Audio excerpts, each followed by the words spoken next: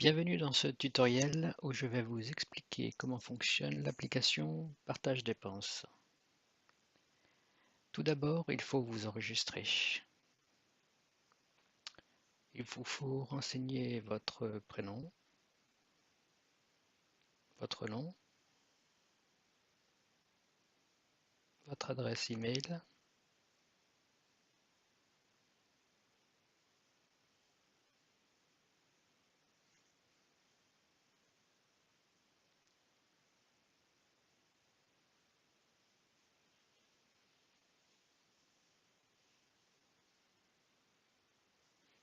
et votre mot de passe.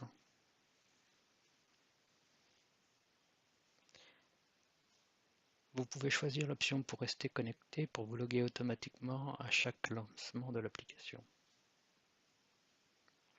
Une fois la demande faite, un email vous sera envoyé à l'adresse email indiquée. Il vous faudra aller sur votre boîte mail, ouvrir l'email reçu,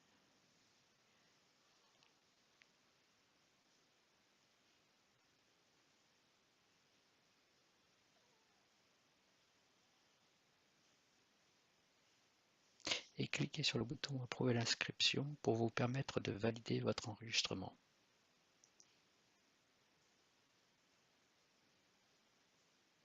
Une fois l'inscription validée, vous pouvez revenir sur l'appli. Si l'appli est toujours ouverte, cliquez sur Valider, sinon il vous faudra vous loguer. Si vous avez choisi l'option pour rester connecté comme ici, vous serez logué automatiquement. Une fois logué, la première chose à faire est de créer un événement. Une fenêtre s'ouvre pour vous permettre de définir le détail de cet événement. Nom, date de début et de fin,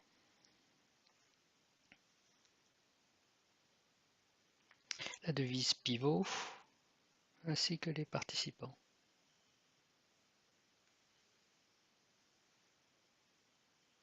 Chaque participant est identifié par son email. Vous pouvez le chercher dans vos contacts si vous le désirez.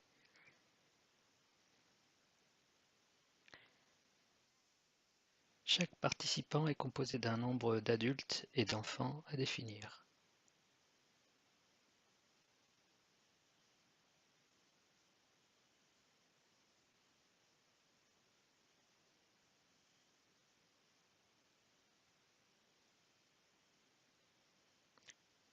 Quand un participant est ajouté, un email lui est envoyé afin qu'il approuve sa participation à l'événement.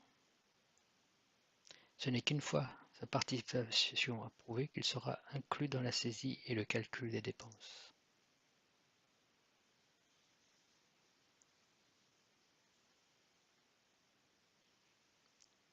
Ici, nous allons approuver la participation du deuxième participant.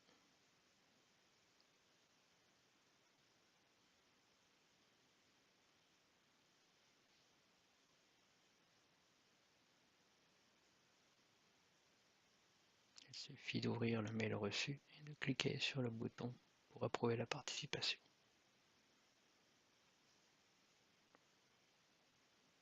Quand tous les participants ont approuvé leur participation, chacun peut alors ajouter des dépenses dans l'appli pour cet événement. Pour cela, ouvrez l'appli, sélectionnez l'événement,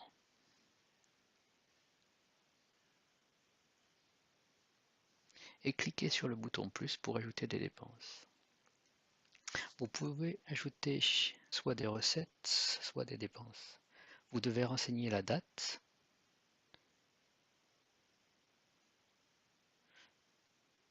le montant, la devise si nécessaire, le marchand,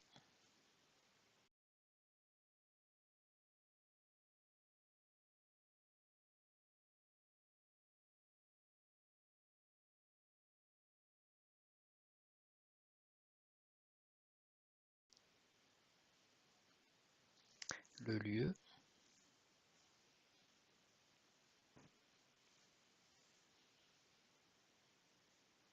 la catégorie que vous pouvez trouver soit par une recherche, soit en la sélectionnant directement dans la liste. Le payeur, vous pouvez choisir soit vous-même, soit un autre participant. Et enfin, la répartition. Au départ, aucune répartition n'existe, vous allez donc devoir en créer une. Quand vous créez une nouvelle répartition, vous devez lui donner tout d'abord un nom. Par défaut, la règle de répartition est celle où tout le monde participe à hauteur du groupe qui le représente, les enfants comptant pour un demi-adulte. Vous pouvez bien sûr changer ces caractéristiques. Vous pouvez vérifier aussi la quote-part de chaque participant pour cette répartition. Une fois créé, vous pouvez alors ajouter votre dépense sous recette et recommencer. Une fois fait, vous arrivez sur la page de dépenses, vous permettant de voir toutes les dépenses de l'événement. Vous pouvez aussi revenir sur la première page permettant de visualiser l'ensemble des dépenses et des dettes. En deuxième page, vous pouvez visualiser comment l'appli se propose de solder les dettes entre participants de manière optimisée. Enfin, en dernière page, vous pouvez visualiser vos dépenses, vos dettes et votre quote-part par poste. Une fois que toutes les dépenses ont été entrées, vous pouvez figer les dépenses afin de procéder au remboursement des dettes. Si vous êtes débiteur, vous pouvez alors utiliser l'appli pour solder votre dette directement en un seul paiement via PayPal. Ici, les frais seront facturés comme indiqué. Pour procéder au paiement, vous devez avoir un compte PayPal associé à votre adresse email. L'appli bascule sur une page PayPal où vous entrez votre adresse email et votre mot de passe. L'appli n'a pas accès à ces informations.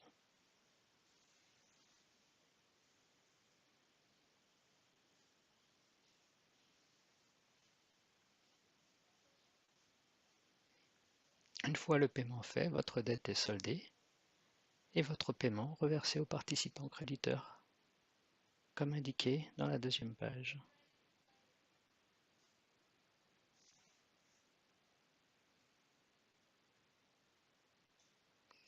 Quand toutes les dettes sont soldées, l'appli clôt automatiquement l'événement. Merci et bonne utilisation.